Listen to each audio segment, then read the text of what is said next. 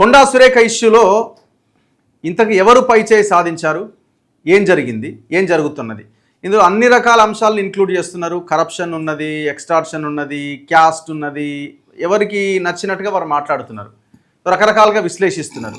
మొత్తానికి ప్రభుత్వంలో ఉన్న మంత్రి ఇంటి మీదకే పోలీసులను పంపించడం అన్నది ఎంతవరకు కరెక్టు? అంటే వాళ్ళ ఈగో సాటిస్ఫాక్షన్ కోసమో, లేకపోతే మనము పైచేయి సాధించాలి అన్న తాపత్రయమో, లేకపోతే దీంట్లో భాగంగా ఏం చేయడానికైనా రెడీ అవుతున్నారు. మరి ఎవరి ప్రోద్బలంతో, ఎవరి దీంతో జరుగుతున్నది? సో ఇది మాట్లాడాల్సిన అంశము.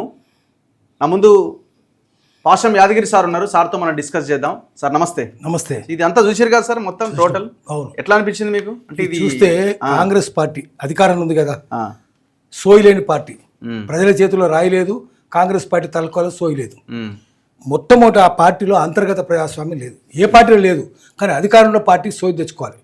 అంతర్గత ప్రజాస్వామ్యం లేకపోతే చర్చ పెట్టుకోవాలి కదా. ఏంటి 10 మంది కూర్చొని ప్రతి ఇష్యూను సార్ట్అవుట్ చేసుకోవాలి, చర్చ పెట్టుకోవాలి. సమస్య వచ్చింది అనుకోండి, లోపల డిసిప్లినరీ కమిటీ ఉంటుంది, లేదా సమస్యలు పరిష్కారం చేసుకోవడానికి కమిటీ ఉంటుంది. అట్లాంటిది ఏది లేదు దాంట్లో. ఎందుకు లేదంటే ఢిల్లీలో కూర్చున్న రాహుల్ గాంధీ కావచ్చు, సోనియా గాంధీ కావచ్చు, వాళ్ళకు అడగండి తెలంగాణలో ఏ భాష మాట్లాడతారో అడగండి, చెప్తారాలు తెలియదు. మోదీ కూడా అంతే.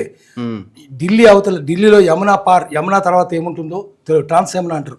ట్రాన్స్ యమునా గురించి వాళ్ళకి పట్టదు. యమునా లోపల ఉన్నదే పట్టించుకుంటారు, అవతల ఉన్నది పట్టించుకోరు. ఆంధ్రప్రదేశ్లో ఏ భాష అడగండి, తెలియదు వాళ్ళకు ఏ భాష అనేది. ఆంధ్రప్రదేశ్ రాజధాని ఏదండి తెలియదు, మోదీకి తెలియదు, రాహుల్ గాంధీ తెలియదు. వాళ్ళకి కావాల్సిన డబ్బులు, వీళ్ళు డబ్బులు పంపిస్తూనే ఉన్నారు. అక్కడ సిద్ధరామయ్య దగ్గర సిద్ధరామయ్య తీయరు కాబట్టి డీకే శివకుమార్ డబ్బులు పంపిస్తాడు, ఇక్కడ మన పొంగురెడ్డి పంపిస్తాడు, డబ్బులు పంపిస్తుంటారు, వాళ్ళు నింపుకుంటారు, పొట్ట నింపుకుంటారు, ఖజానా నింపుకుంటారు, అల్మార్ నింపుకుంటారు, బ్యాంకులు నింపుకుంటారు. కాబట్టి వాళ్ళకి పట్టదు.